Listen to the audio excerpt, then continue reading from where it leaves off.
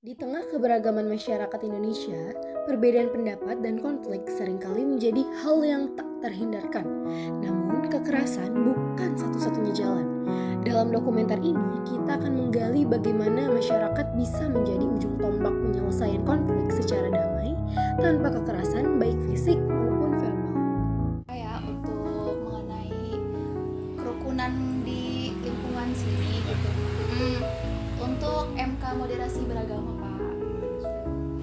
Sebelum di sini pernah ada kayak kericuhan gitu nggak sih Pak antar warganya? Konflik atau pertikaian itu pasti ada, bisa karena persoalan individu, bisa karena individu biasanya ada karena misalnya lagi di rumah, anaknya terganggu, ada yang karena ada terganggu. Berarti rata-rata karena kebisingan atau karena lingkungan hidupnya terganggu gitu ya? Iya. Tapi itu bisa sampai ada kayak kekerasan gitu nggak sih Pak, memicu kekerasan gitu? Enggak sih, kalau paling adu mulut. Adu belum pernah sampai adu fisik ya, karena masih bisa diantisipasi. Oh, berarti ada upaya perdamaian juga gitu Ada. ya?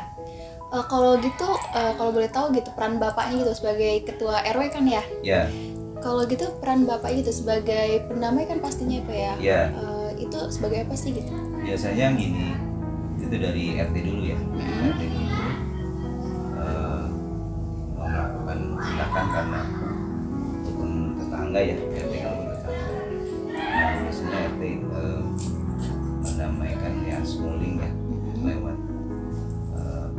pihak yang ketika ya, memanggil kedua belah pihak untuk dimediasi, biasanya kan gitu.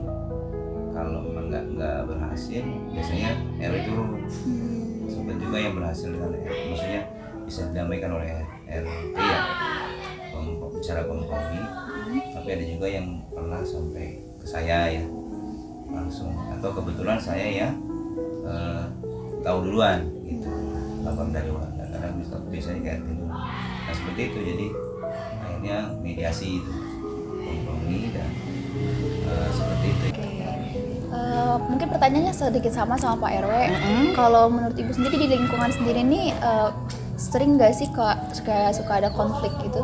Enggak sih, enggak ada. Ya maksudnya konflik yang berarti yang sampai melibatkan kekerasan atau harus harus diselesaikan sampai manggil tahu itu pejabat RT, tahu RW, kayaknya enggak.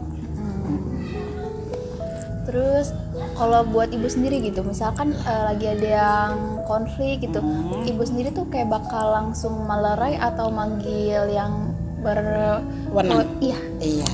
Ya konsultasi dulu. Jadi ini konflik